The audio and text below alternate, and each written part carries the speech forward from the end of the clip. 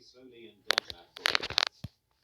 Back in the day, we dial-up internet and expensive desktops. I downloaded a malware which asked for credit card details. I was young and didn't have a card, so contemplated nicking my dad's and putting in the details. I didn't want to get into trouble.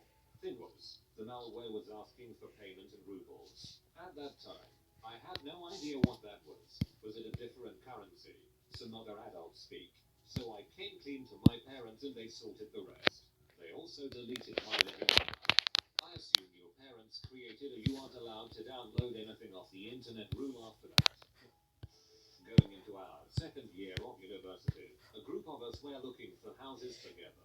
We'd found one lot and were sitting down with the estate agent to sign the paperwork. Out of nowhere, one of the group started hysterically crying and ran out of the room shouting, "I can't live there. It's got mildew and I'm allergic." We didn't end up living with her, but the people who did had a year of her brazenly stealing their phones, money, clothes and boyfriends. Bullet dodged. New teachers started at our high school at the start of the year. Integrated 5. Students were assigned a pair of teachers to pay special attention to their academic needs. With one of mine. Because of this, I knew I had a tense relationship with my parents. Because of the occasional sensitive material we covered in his English class, which I also took, he knew I had a telling sensitivity to carnal violence. As a teacher, he knew I was a troubled kid with a shaky support network. He gave me off-base but evidently well-intentioned advice about managing my controlling parents, worked with me and my other overseeing teacher to try and make school less nightmarish for me, and overall seemed like a warm, engaging guy. He gave some people the willies, but I felt fine around him. Then, middle of the week, a few months into the year, he doesn't show up. We're told he's not employed here anymore. No official details. As you maybe guessed, turned out he had an alleged history of physically shaming and abusing students at past jobs. I don't know how it had been handled that they were able to find this out without him having tripped any of the flags I assume exist in the screening for potential teachers. But I guess better late than never. I don't think the school ever got, prosecuted for freaking up or whatever. So I guess it was an understandable miss. But yeah, that would have been pretty freaking awful. I got lucky. Me and any other kids he might have been charming. Ro, I'm so happy to hear you got lucky.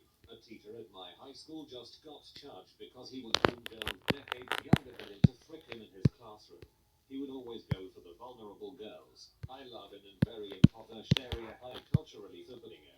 My best friend was super close to him and she is a very strong girl, so he tried but did not succeed. Just happened. My ex-fiancé of 6 years and I were set to be married this October. 2 weeks ago I found out he's not only had an on and off again with a married woman who has 2 kids for the past 10 years, but he's also been soliciting older married women off of Craigslist. Huff, etc for fricking. Hot wife. Group sex for the last 3 years. Yes, I kicked him out immediately and yes, I got tested. Thank God all negative. Also came to find out he's got 6 secret credit cards and is a marionette. Yes, I'm an idiot and clearly not as intuitive as I believed myself to be. But goddamn, bullet freaking dodged. Work $4 medium retail pound. Someone mentioned finding flash code in an envelope in the mail. You wouldn't believe the sigh of relief when I managed to get hold of it right before Manglement decided to try plugging it into their terminal. For those wondering, Manglement isn't a typo. I intended to say it that way to accurately describe how things were with said individual in the manager. Dated this guy briefly in college. He got into a horse riding accident early on in the relationship. Horse fell on him. Broke his ankle, pelvis and hip. Apparently had a prior reaction to pain pills I was completely oblivious to. But he quickly relapsed and turned into a crazy butt pill popping psycho. Tried sticking it out and helping him. I did my best and I couldn't help it. When I told him I was done with the relationship, he proceeded to call me the worst names in the world. Begged me to forgive him and then tried asking me to come again after he had called me the biggest S in town. WTF. He then started doing M and his being involved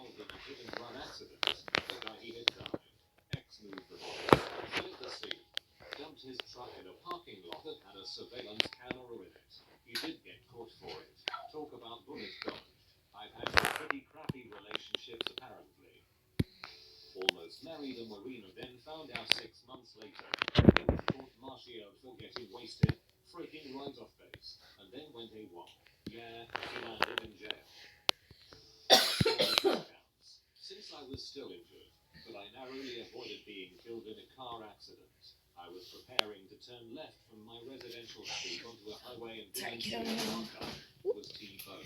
But the other driver ended up hitting at exactly the right spot on the front of my car so that it took the majority of the impact. Did you take a shower last night? Yeah. Some spectacular bruises. But if I had been going even slightly faster or the other driver had been going even slightly slower, he would have hit my door and I would have been killed on impact. I was 17 at the time. Don't know if it's a dodge or bullet moment, but it felt like I did.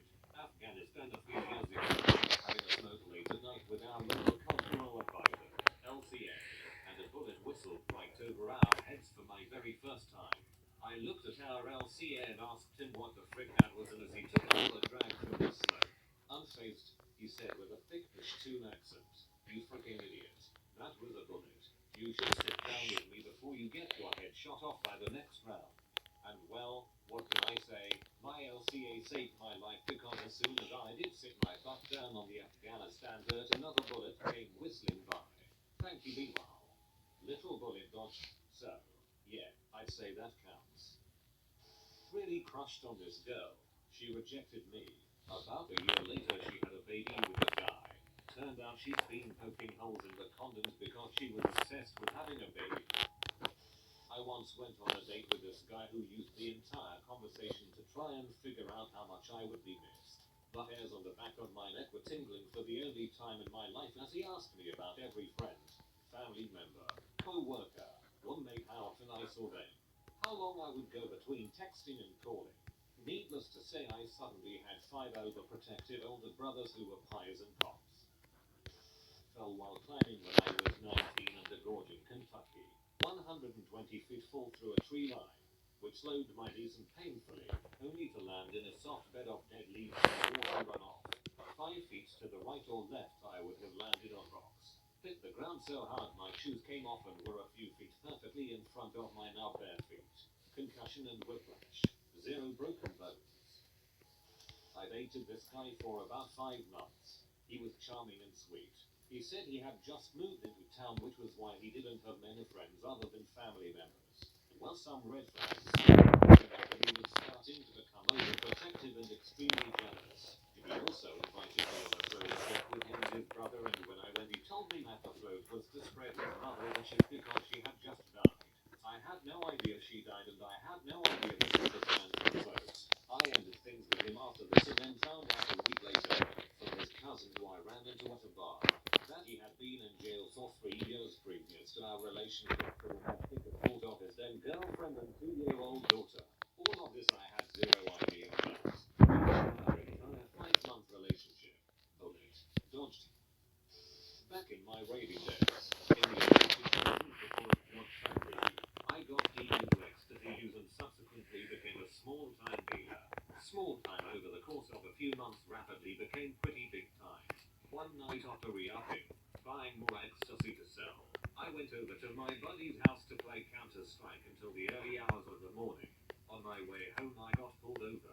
I had 2,500 green triangle ecstasy pills in my trunk. I pulled out my license and registration, laid it out on my lap before the cop came to my window and proceeded to be as polite as possible. The cop asked me why my eyes were red and asked if I smoked. I said absolutely not. I never liked weed. Weird, I know. And I told him we were playing Counter-Strike for 8+ hours and that's probably why. He ran my license, which was clean. Came back to my car and said, "Okay, drive safely and let me go." I left the scene crapping bricks. Had he looked in my trunk, I would have been arrested and looking at a distribution felony and at least 12, 25 years. Not to mention it would have destroyed my life. I stopped dealing and raving after that. Today I have a lovely wife, my own home, good health, thriving business, Can I help healthy you? toddler, and another one on the way. Talk about bullet Hey, it's my ear, not my life hair. and the Don't life be a others I bitch. love would have been drastically different if it played out the other way. It should have. I am the lucky one. I lose sleep often thinking about that. TL. DR. I should be sitting in jail. My life should be ruined for drug trafficking, but it's not. It's the opposite. Yeah, I dodged a freaking bullet. For those few who are critical of my choice to sign ecstasy, you need to realize that my customers were all adults with free will. Some prominent doctors, lawyers, teachers, etc. The choices they, we, all make in life, and the consequences of those choices fall on us. Period. I didn't make the drugs or import them. I didn't force anyone. I've actually cut people off many times. Today's society is too quick to blame everyone else but the person, or ourselves. Stop that. For those saying I got a lucky pass and need to pay it forward, I totally agree. My life has changed from that day on. Check out my comment in the threads below for more. Almost slept with a girl in college. I was pretty into her, and ready to go, but had responsibilities and a final the next day, so I didn't bite. I kissed her goodnight, went back to my dorm, studied for the next 4 hours before my ra calls me and tells me there's a girl down in the lobby looking for me. I go down to find her, with a 37-page love letter, front and back. She had written about my kiss. She proceeded to hang outside my dorm room for the next 4 months. I had to start crawling out my window to get to class, and eventually ended up dropping out and moving to another state to avoid her. Flash forward to when MySpace came around. She sent me a message telling me she reads everything I post on there, even though she wasn't on my friends list. That was 7 years after I had moved to another state. So interesting that people like this exist. I once had a psychotic 1-week rebound with a very damaged, recently former stripper. She told me, and I believed, that she couldn't get pregnant. The whole thing blows up and I only get a UT. Some time later I'm sitting before a movie with my future wife, and see a very pregnant version of said former stripper. My wife says the face I made as I frantically counted months was beyond hilarious. It had been over 9, but less than 18. So no way the current or a previous near-death experience. Somehow, I failed to mention she had herpes. I guess her telling me up front made the non-pregnancy claim seem more legit. So I had learned it's harder to contract if they're not having an outbreak. Figured unprotected was fine. So I guess this is actually a 2-in-1 bullet dodge. Made the UT a lot more stressful. Googling symptoms. Your wife sounds hilarious. LOL. I ran out of fuel once. Normally, that wouldn't be so bad, but I was flying a Cessna 152 over the Valley Desert at the time. It's really not a bad one. I had to land on the highway. The landing went perfect. The CHP pilot, with whom I was in communication during my unpowered descent, landed at the nearby airport and brought me 10 gallons of that gas. I climbed on the wing and landed. The CHP just crossed ends off the road fuse as a runway, and I took off into the sunset. I was using a steak knife to try and unlock a bathroom door by trying to move the metal thing. I'm sure it's got a name, but I don't know what. Tumbler maybe. Holding it into the door jamb.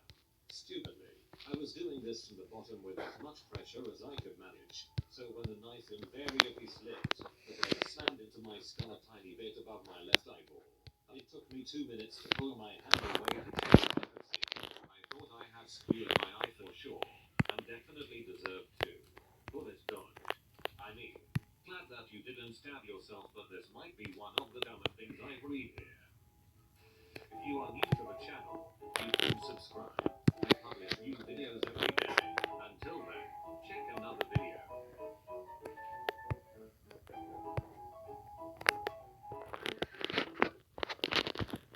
You have had a creepy feeling about someone come through. What happened? Back when I was in high school, some new kid joined. Only really interacted with him on the football field, but he really rubbed me the wrong way. I'm not a small guy, but big enough to fend for myself, so while he creeped me out, I wasn't really scared of him. I should have been different in the way when you're a teenager.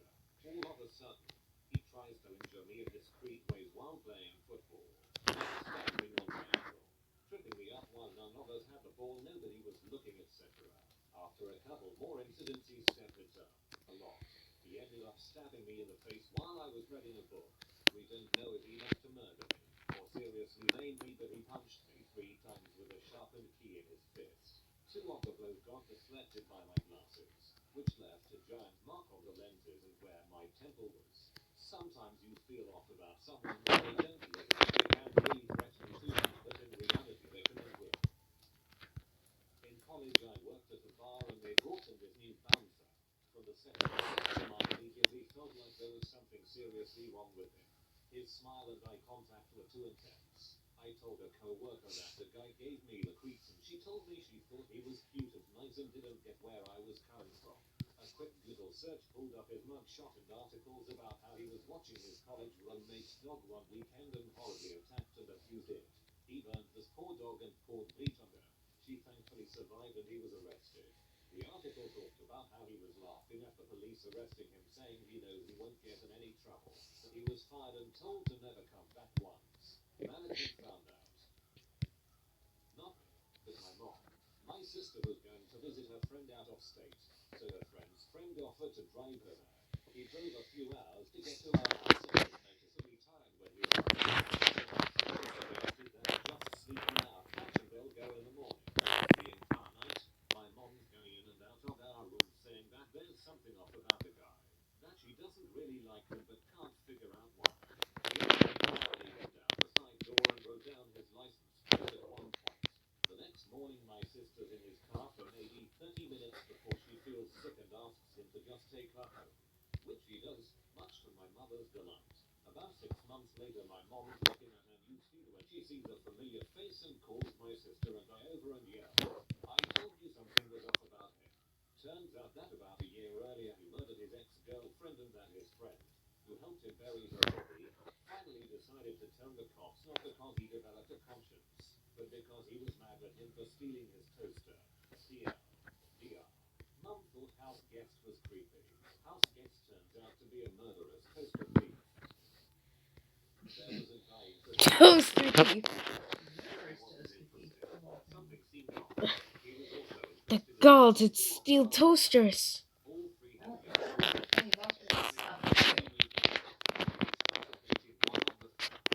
They stayed with us at the weekend music festival, and the girl wanted to stay in the and her family wanted her. So we went. I'll always be grateful we did, because it kept her away from that creep. We found out he was abusing her shortly before we heard that he died in a car accident. Good riddance. Guys like that are the main reason I'm okay with being single for a few years. I prefer that to unknowingly bringing a monster into the house. My mom and I were in a cafe and she had her handbag down by her feet. This couple comes in and sits at her feet. And the attractive woman because he kept poking his GS, telling her how to sit and stuff. Whenever my neck went up, I hate that controlling balls. So he's in my periphery and this guy won't sit still when my mum says, "Hey, where's my bag?" She finds it a second later, moved and open. She reached in to get her purse and said, "My card is gone." So the couple behind had stood and were walking a street towards the door and I didn't even hesitate to stop that man because I figured I could apologize later if I was wrong. One of the waitresses was right by the door and she followed him out the door, at which point the guy dropped her card, mumbled something about having done it and then ran for it. I guess if he hadn't been such an ass to his GF I probably wouldn't have noticed. Always had a creepy feeling about my stepdad growing up. Never liked him one bit. Turned out he was a pathological liar. Lied about having cancer to get my family sympathy. Embezzled money from my mom's business to gamble. Real crap bag of a human being. Kids sense